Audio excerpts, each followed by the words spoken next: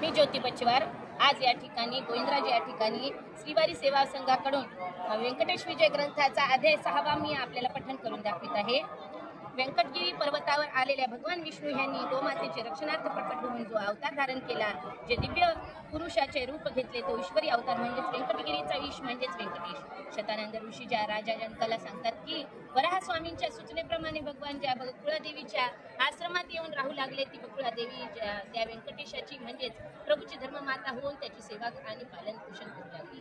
ती बकुळादेवी म्हणजे नेमकी कोण हे ते आहे। ही बकुळा म्हणजे श्रीकृष्ण अवतारांपूर्वी माया यशोदा तिने श्रीकृष्णाचे पालन पोषण केले, पण पुढे कृष्ण मथुरेला निघून गेल्यावर तिच्या मनातल्या श्रीकृष्णाबद्दलच्या अनेक इच्छा, त्याचे लग्न पाहण्याची ओढ ही अपुरी राहिली। तेव्हा कृष्णाने मी तुझ्या त्या इच्छा कलियुगातील व्यंकटेश अवतारात पूर्ण करीन असे यशोदेस वचन दिले होते। ती ही बकुळादेवी एक दिवस व्यंकटेशाने बकुळादेवीकडे परवानगी मागितली, माते आम्हास आज जंगलात शिकारीला जाण्याची इच्छा आहे आणि हो नाही कसलाच विचार न करता शिकाऱ्याचा वेश करून तो जंगलाच्या वाटेकडे निघाला। व्यंकटेशाला वाटेतच एक सुंदर घोडा मिळाला, त्या घोड्यावरून तो जंगलात गेला, त्याने शिकार केली। तोच त्याला एक मदोन्मत गजराज दिसला। व्यंकटेश गजराजा मागे धावत राहिला आणि एकदम गजराज अदृश्य झाला।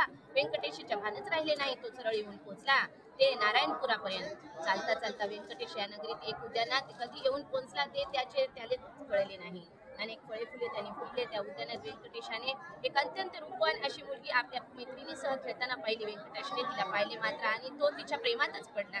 काय व्यंकटेश प्रेमात पडला? कुणाच्या? कोण होती ती स्त्री? कोण होती ती मुलगी? शतानंद सांगतात की राजा असा प्रश्न जेव्हा ऋषींनी सद्गुणेने केला तेव्हा ते काय सांगतात ते तू ऐक आता। कौरव पांडवाच्या महायुद्धापाठोपाठ त्या द्वारयुगाचा शेवट झाला, त्यानंतर कलियुग सुरू झाले। त्याची सुद्धा हजारे वर्ष होऊन गेली आणि मग चंद्र वंशात आकाशराज आणि तोंडवान ह्या दोन भावांचा जन्म झाला। हा आकाशराज म्हणजे कोण माहित आहे का? ह्याच तो माधव नावाचा ब्राह्मण, जो शेषाद्री पर्वताची यात्रा करून पावन झाला। तो आकाशराज मोठा उदार धार्मिक वृत्तीचा आणि प्रजादक्ष राजा होता। याचा राज्यकारभार मोठ्या आनंदात आणि चांगल्या प्रकारे चालू होता, पण त्या राजा राणीला एक दुःखात होते, त्यांना संतान नव्हते। आपल्याला संतान प्राप्ती व्हावी म्हणूनच राजगुरूंच्या मार्गदर्शनाप्रमाणे राजाने पुत्र कामेष्टी यज्ञ करायचे ठरवले। सोन्याच्या नांगराची यज्ञाची भूमी नांगरताना राजाला एक सोन्याचे कमळ सापडले। इतकेच नव्हे तर त्या सोन्याच्या कमळात एक सुंदर कन्याही सापडली। गुरु आज्ञेप्रमाणे राजा व राणी यांनी त्या मुलीच्या कन्या म्हणून स्वीकार केला। कमल दलात सापडलेली कन्या म्हणून त्या मुलीचे नाव पद्मावती असे ठेवण्यात आले। पुढे त्या शुभलक्ष्मी मुलीच्या पायगुणामुळे आकाशराजाला एक मुलगाही झाला, बहिणीला एक भाऊ पण मिळाला। राजकन्येचे मोठ्या कौतुकाने लालन पालन होऊ लागले। ही सुलक्षणी कन्या रूपगुणांनी परिपूर्ण झाली। आता या सुंदर कन्येला तसाच उत्तम सुंदर आणि सद्गुणी वर कसा कुठे शोधायचा याची राजा आकाशराज यांना चिंता सतावू लागली। एकदा राज उद्यानात आपल्या संख्या सोबत क्रीडा करायला आलेल्या ह्या कन्येचा हात हाती घेऊन नारद मुनीने तिचे असे भविष्य सांगितले की ही कन्या अति भाग्यवान असून ती म्हणजे जणू कलियुगातली साक्षात दुसरी लक्ष्मीच जणू। आता ही लक्ष्मी म्हटल्यावर तिला नारायणच पती मिळावेत म्हणून मिळावे नाही का? नारदाने तर हे पण सांगितले की हे बाले, तुला साक्षात भगवान नारायण हाच पती म्हणून मिळणार आहे। नारद मुनींनी राजकन्येचे ते वर्तवलेले भविष्य केवळ राजकन्या पद्मावती आणि तिच्या काही खास सख्या यांनाच ठाऊक होते। मला नारायणपती मिळणार, माझा विष्णूशी विवाह होणार ह्या सुखद कल्पनेने मोहरलेली पद्मावती त्या मनोमनाची श्रीहरीची शोध घेत नेहमीच उद्यानात येत असे। तशीच ती त्या वेळी पण उद्यानात आली होती आणि अचानक तिची अन व्यंकटेशाची नजरानजर झाली। शिकारी वेशातल्या व्यंकटेश हा तिच्या मनालाही कुठेतरी भावला।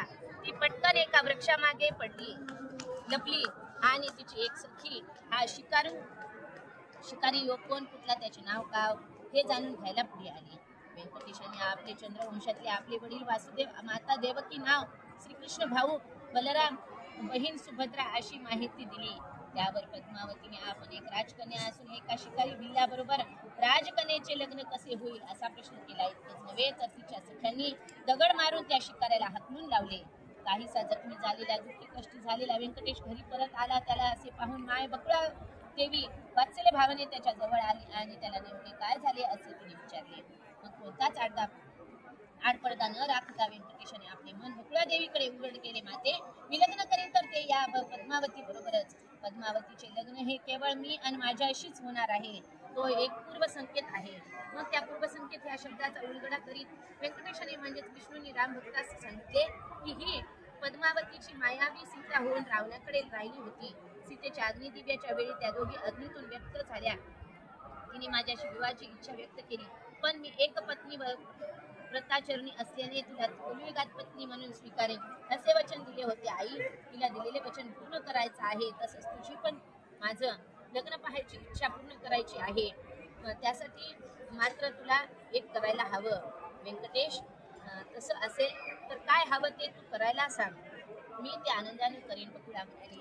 मग माते असं कर, तू नारायणपूरला जा आणि आकाशराजाकडे माझ्यासाठी पद्मावतीची मागणी घाल. जाशील ना? तिला मागणी घालशील? बकुळा देवीने नारायणपुरातला जायची तयारी दाखवताच व्यंकटेशाने तिला मार्ग सांगितला. तिला अनेक खानापुन्हा सांगितले आणि खरोखरच विलक्षण पुत्र प्रेमापोटी माता बकुळा देवी स्वतः नारायणपूर येथे आली. शिवमंदिरात तिला पद्मावती बद्दल बरेच काही कळले. पुढे काय झाले ते पुढच्या अध्यायात पाहू. गोविंदा गोविंदा गोविंदा.